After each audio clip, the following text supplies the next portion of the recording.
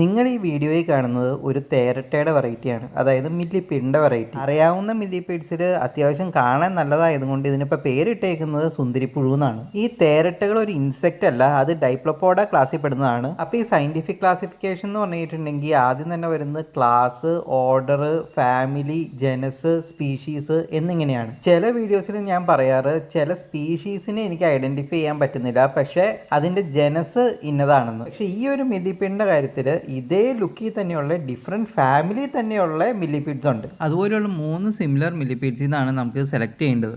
അപ്പോൾ അതിൻ്റെ അത് ആദ്യത്തെ തന്നെ ലോങ് ഫ്ലാങ്ഷ് മില്ലിപ്പീഡ്. അപ്പോൾ ഇതുമായിട്ട് ഏറ്റവും സാമ്യമുള്ളത് ലോങ് ഫ്ലാങ്ഷ് മില്ലിപ്പീഡ് ആണ്. അപ്പോൾ ഇത് പാരഡോക്സോ സൊമാറ്റിഡേ ഫാമിലിയിൽ പെടുന്ന ഓർത്തോമോർഫ കോർട്ടാറ്റ എന്ന് പറഞ്ഞ ഒരു സ്പീഷീസ് ആണ്. ഇനി അടുത്ത സിമിലാരിറ്റി ഉള്ളത് യെല്ലോ സ്പോട്ടഡ് മില്ലിപ്പീഡ് അല്ലെങ്കിൽ ആൽമണ്ട് സെൻറ്റഡ് മില്ലിപ്പീഡ്. അപ്പോൾ ഇതിനെ ഈ ആൽമണ്ട് സെൻറ്റഡ് മില്ലിപ്പീഡ് എന്ന് വിളിക്കാൻ കാരണം ഇതിൻ്റെ ഒരു ഡിഫൻസ് മെക്കാനിസം ആയിട്ട് പ്രഡേറ്റേഴ്സിൽ നിന്ന് രക്ഷപ്പെടാനായിട്ട് അതിൻ്റെ യെല്ലോ പ്രൊജക്ഷൻസിൽ നിന്ന് ഹൈഡ്രജൻ സയനൈഡ് റിലീസ് ചെയ്യും. ആ ഹൈഡ്രജൻ സയനൈഡിന് ഒരു ആൽമണ്ട് സ്മെല്ലാണ്. അങ്ങനെയാണ് ഇതിന് ആൽമണ്ട് സെൻറ്റഡ് മില്ലിപ്പീഡ് എന്ന് പേര് വീണത്. പക്ഷേ ഇത് ആൽമണ്ട് സെൻറ്റഡ് മില്ലിപ്പീഡ് ആണെന്ന് ഞാൻ പറയുന്നില്ല, ഇതുപോലെ ഇരിക്കുന്ന വേറൊരു മില്ലിപ്പീഡാണ് അത്. അപ്പോൾ ഈ യെല്ലോ സ്പോട്ടഡ് മില്ലിപ്പീഡ് സൈസ്റ്റോസ് ഡെസ്മിഡേ ഫാമിലിയിൽ പെടുന്ന അർപ്പാഫെ ഹെയ്ഡനിയാന എന്ന് പറഞ്ഞൊരു സ്പീഷീസ് ആണ്. അപ്പോൾ ഇത് ഈ ഏരിയയിൽ ഒരുപാട് കണ്ടുവരുന്ന ഒരു മില്ലിപ്പീഡാണ്. അതിനൊരു ആൽമണ്ട് സെന്റ് ഒന്നും ഇതേവരെ കിട്ടിയിട്ടില്ല. ഇതും കേരളത്തിൽ കണ്ടുവരുന്ന ഒരു സ്പീഷീസ് ആണ്. പക്ഷേ ഇപ്പോൾ വീഡിയോയിൽ എടുത്തേക്കുന്ന മില്ലിപ്പീഡ്സിന് ആ ഒരു യെല്ലോ പ്രൊജക്ഷൻസ് വളരെ ഫ്ലാറ്റ് ആണ്.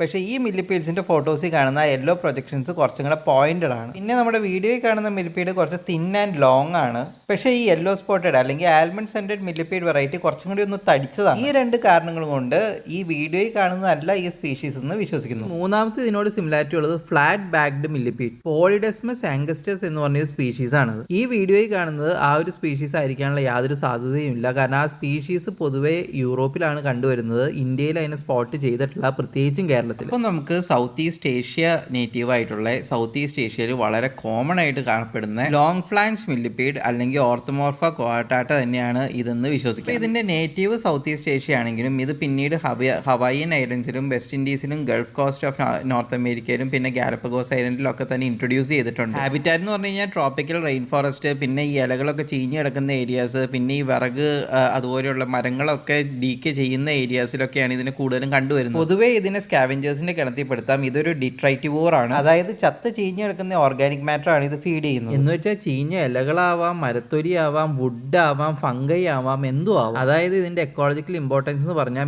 മിനറലൈസേഷൻ പ്രൊമോട്ട് ചെയ്ത് സോയിൽ എൻറിച്ച് ചെയ്യുന്നു, പിന്നെ നാച്ചുറൽ കമ്പോസ്റ്റിങ്ങും പെസ്റ്റ് കൺട്രോൾ. അതുകൊണ്ട് തന്നെ ഇത് അഗ്രികൾച്ചർ ലാൻഡ്സിൽ വളരെ ഇമ്പോർട്ടന്റ് ആണ്. ഇനി ഇതിന്റെ കൺസർവേഷൻ സ്റ്റാറ്റസ് പറയുകയാണെങ്കിൽ IUCN ഇതിനെ ഇവാലുവേറ്റ് ചെയ്തിട്ടില്ല. ഇത് ത്രെറ്റൻഡ് പോലും അല്ല, അത്യാവശ്യം പോപ്പുലേഷൻ സ്റ്റേബിൾ ആയിട്ടുള്ള ഒരു ജീവിയാണ്. അപ്പോൾ നമ്മൾ ഇതിന്റെ ഒരു ഡയറ്റ് അല്ലെങ്കിൽ ഫീഡിംഗ് ബിഹേവിയർ നേരത്തെ പറഞ്ഞിരുന്നു. ഇതിന്റെ പ്രൈമറി ഡയറ്റ് എന്ന് പറഞ്ഞു കഴിഞ്ഞിട്ടുണ്ടെങ്കിൽ ഡെഡ് വെജിറ്റേഷൻ ആണ്, അതായത് ഇലകളും പിന്നെ മരത്തൊലിയും വുഡും ഒക്കെ തന്നെ ചീഞ്ഞു തുടങ്ങുന്നത്. പിന്നെ ചീഞ്ഞ ഫ്രൂട്ട്സ്, വെജിറ്റബിൾസ്, ഫംഗൈ, മോൾഡ് ഇതൊക്കെ തന്നെ ഇതിന്റെ ഭക്ഷണമാണ്. പിന്നെ ഒക്കേഷണലി ചെറിയ ഇൻസെക്ട്സിനെയും വേംസിനെയും ഒക്കെ ഇത് കഴിക്കും. അപ്പോൾ ഇതിന്റെ ഒരു ലിവിങ് കണ്ടീഷൻ എടുക്കുകയാണെങ്കിൽ ഏറ്റവും മോയിസ്റ്റ് ആയിട്ടുള്ള ഏരിയാസ് ആണ് ഇത് ഏറ്റവും കൂടുതൽ പ്രിഫർ ചെയ്യുന്നത്. ഇപ്പോൾ ഇവിടെ നല്ല മഴയാണ്, അതുകൊണ്ട് തന്നെ ഇതിന്റെ പലയിടത്തായിട്ട് കാണുന്നുണ്ട്. ഇതിന്റെ ഒരു ലൈഫ് സൈക്കിൾ പറയുകയാണെങ്കിൽ ഇതൊരു എഗ് ലേയിങ് സ്പീഷീസ് ആണ്. പിന്നെ ഇതിന്റെ ബ്രീഡിംഗ് സീസൺ എന്ന് പറഞ്ഞാൽ മൺസൂൺ പീരീഡ് ആണ്. അതുകൊണ്ടാണ് തുടക്കത്തിൽ തന്നെ ഈ വീഡിയോയുടെ തുടക്കത്തിൽ തന്നെ ഇതിന്റെ കുഞ്ഞിനെയൊക്കെ കാണുന്നത്. ലൈഫ് സ്പാൻ ഏകദേശം ഒരു 8 വർഷത്തോളമാണ്. പിന്നെ ഇതിന്റെ ഒരു ഡെവലപ്മെന്റ് പ്രോസസ് എന്ന് പറഞ്ഞിട്ടുണ്ടെങ്കിൽ മുട്ട വിരിഞ്ഞ കുഞ്ഞുങ്ങൾ ആവുന്നു, ആ കുഞ്ഞുങ്ങൾ വലുതാവുന്നു, അത്രേ ഉള്ളൂ. ഇതിന്റെ ഒരു പ്രെഡേറ്റേഴ്സ് എന്ന് പറയുകയാണെങ്കിൽ